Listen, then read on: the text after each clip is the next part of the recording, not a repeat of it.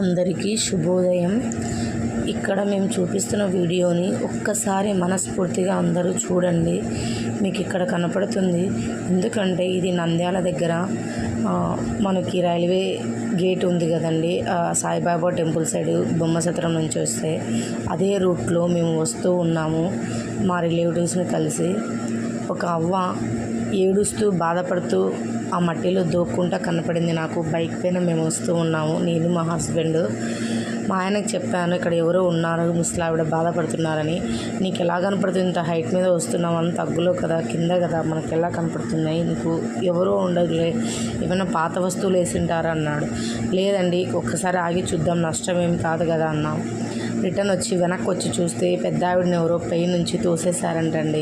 అది ఎవరా అని అవ్వని అడిగితే వాళ్ళ కొడుకు అని చెప్పాడండి, కన్న కొడుకు.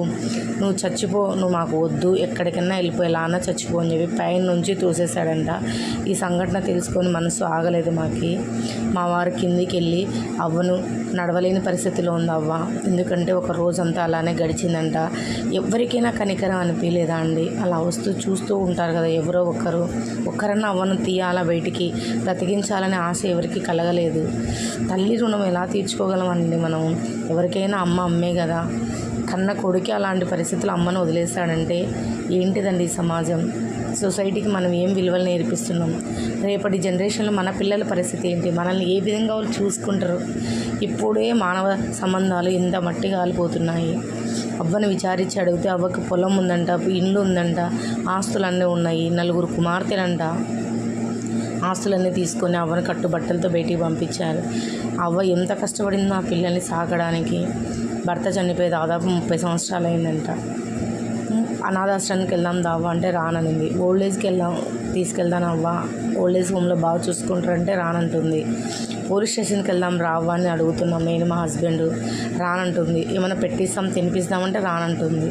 ఎందుకంటే ఆమె బయటికి వస్తే తన కొడుకు పేరు చెప్పాల్సి వస్తుంది, పరువు పోతుంది. ఇంతగా బతికి ఈ పొద్దు నాకు ఇలాంటి దుస్థితి రావడం ఎందుకు? నన్ను మీరు ఎందుకు కాపాడారు? నేను ఇక్కడే చనిపోతాను, నన్ను వదిలేయండి అని అవ్వ బాధపడుతుంది. అక్కడే కూర్చొని ఏడుస్తుంది. అటుగా వెళ్తున్న ఒక అన్నని పిలిచి హెల్ప్ అడిగాము.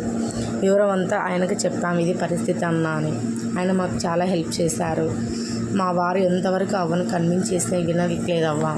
ఇంకా కాదని చెప్పేసి పోలీస్ స్టేషన్కి లేదా కలెక్టర్ ఆఫీస్ దగ్గరికి తీసుకెళ్ళన్నా, అక్కడ అవ్వ వాళ్ళు ఏమన్నా అడిగితే ఏమన్నా చెప్తాదని చెప్పేసి అన్నకు రిక్వెస్ట్ చేసుకొని బైక్ మీద కూర్చోబెట్టి అవ్వను పంపించాం ఫ్రెండ్స్.